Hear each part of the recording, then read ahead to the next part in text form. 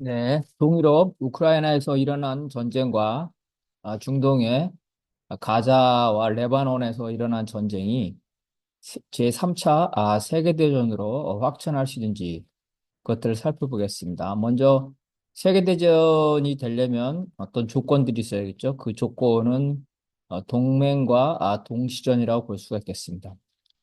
세계대전은 동맹국들 간의 전쟁입니다. 1대1 전쟁이 아니라요. 판싸움이라는 거죠. 그래서 미국은 현재 유럽에서 나토, 아시아에서는 이제 쿼드, 한미일 동맹을 중심으로 해서 호주, 그죠? 호주까지 가져가고 이러한 군사 동맹을 강화하고 있고 더군다나 미국이 유럽의 나토와 아시아에서의 그 미국 중심의 동맹을 결합시키고 있습니다. 윤석열 대통령이 나토 회의에 참석을 해죠. 나토의 군대가 일부 아시아 태평양 지역에서 군사훈련을 같이 하고 있습니다. 미국, 호주, 일본, 인도의 이 쿼드죠. 이 쿼드는 중국과 러시아를 봉쇄하는 동맹이라고 볼 수 있습니다. 물론 인도는 상대적으로 군사적 행동에 있어서는 소극적입니다. 호주, 미국, 영국의 오커스는 이제 앵글로 색슨의 아시아 동맹이죠. 여기 뉴질랜드가 가입할 예정이고요. 특히 이 오커스는 호주에게 핵 잠수함입니다. 핵 추진 잠수함을 제공하려는 장기적인 프로젝트를 위한 한시적인 기구라고 볼 수가 있겠습니다. 중동에서는 이제 미국이 이스라엘과의 동맹을 강화하고 있습니다. 반면에 이란, 레바논, 시리아 그리고 이제 이란이 지원하는 준군사 조직들이 있죠.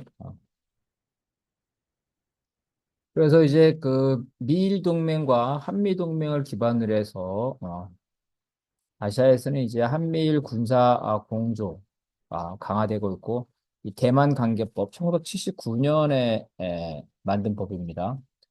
대만을 유엔에서 축출하고 미국이 대만과 국교를 단절한 이후에 대만의 안보를 위해서 만든 법입니다.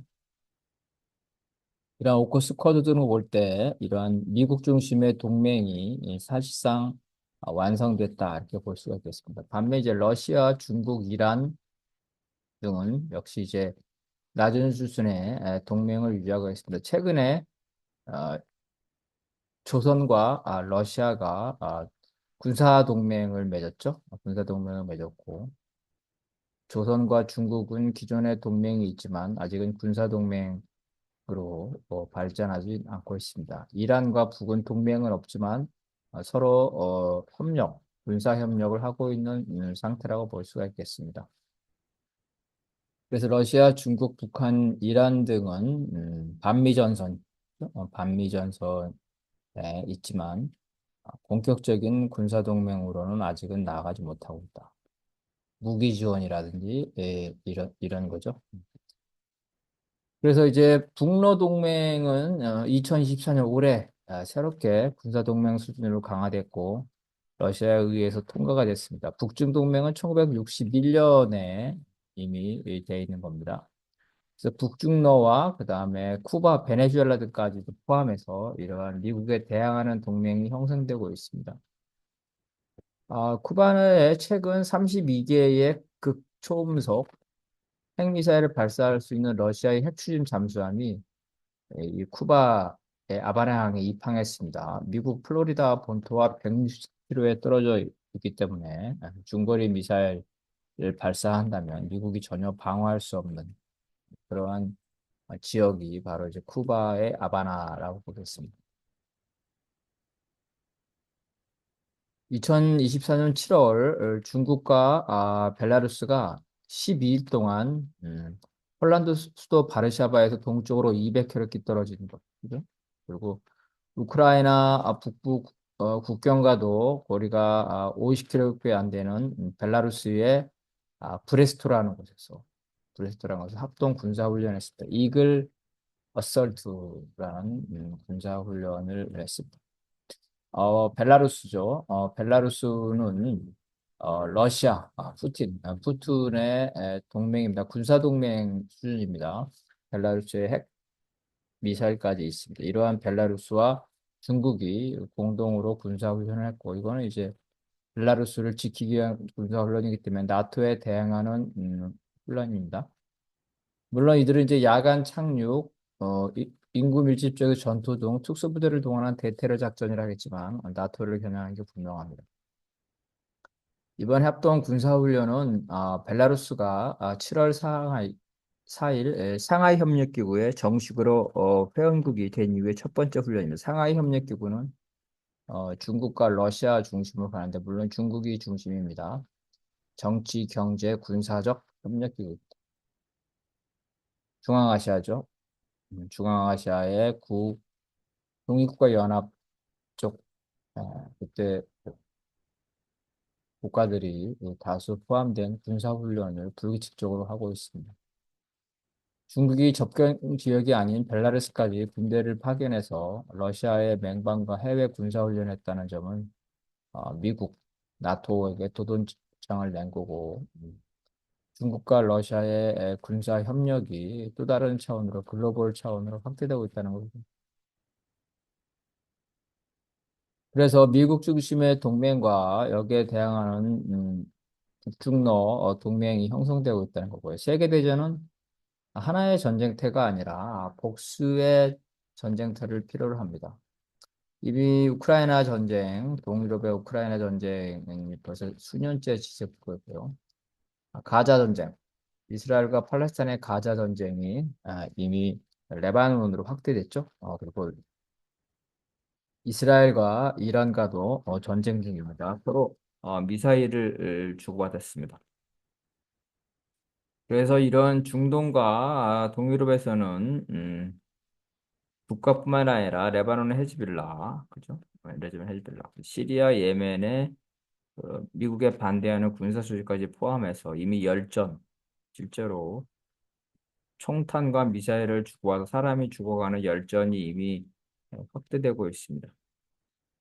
동유럽은 러시아와 나토의 대결로 인해서 우크라이나가 아닌 다른 곳에서 전쟁이죠. 아니, 우크라이나가 러시아에게 패배한다면 그 다음은 폴란드가 될 수도 있습니다. 폴란드가 실제로 이러한 전쟁에 준비하면서 한국으로부터 엄청난 규모의 재래식 무기를 수입하고 있습니다. 가자 전쟁의 본질은 이슬람 세력과 미국을 중심으로 한 기독교 세력의 대리 전쟁이라고 볼 수가 있고 문화 충돌이라고도 볼 수가 있겠죠.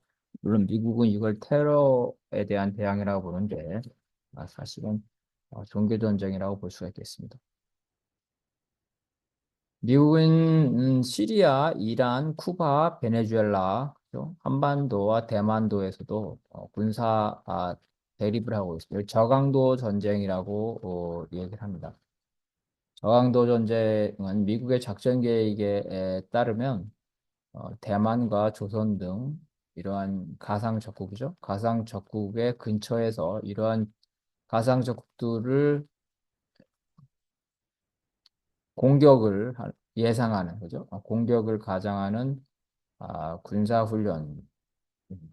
그래서 이런 대만 인근에서 하는 군사훈련이나 조선 인근에서 하는 군사훈련은 중국이나 북에게 매우 위협적입니다. 그래서 언제든지 전쟁으로 전환될 수 있는 상태죠. 저강도 전쟁. 경제 봉쇄와 해안 봉쇄 역시 저강도 전쟁입니다.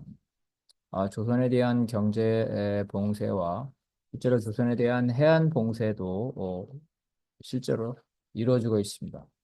해안 봉쇄 같은 경우는 이제 전략 무기라든가 핵무기라든가 이러한 확산이죠. 이러한 확산을 막기 위해서 제한적인 형태로 이루어지고 있습니다. 대만과 코리아 반도에서 전면전이 일어날 가능성이 있다 없다 말을 하지만 전쟁의 가능성이라는 게 사실은 1%라도 있으면 안 되죠. 그래서 미국 본토에서 전면전이 일어날 가능성과 코리아나 대만에서 전면전이 일어날 가능성을 비교한다면 코리아나 대만에서의 전쟁 가능성이 얼마나 높은지 알 수가 있습니다. 항상 코리아나 대만은 전쟁을 염두에 두고 있죠. 전쟁의 가능성은 단 1%라도 통제해야 한다는 측면에서 매우 이러한 군사적 대립은 매우 높은 전쟁 가능성을 내포하고 있습니다.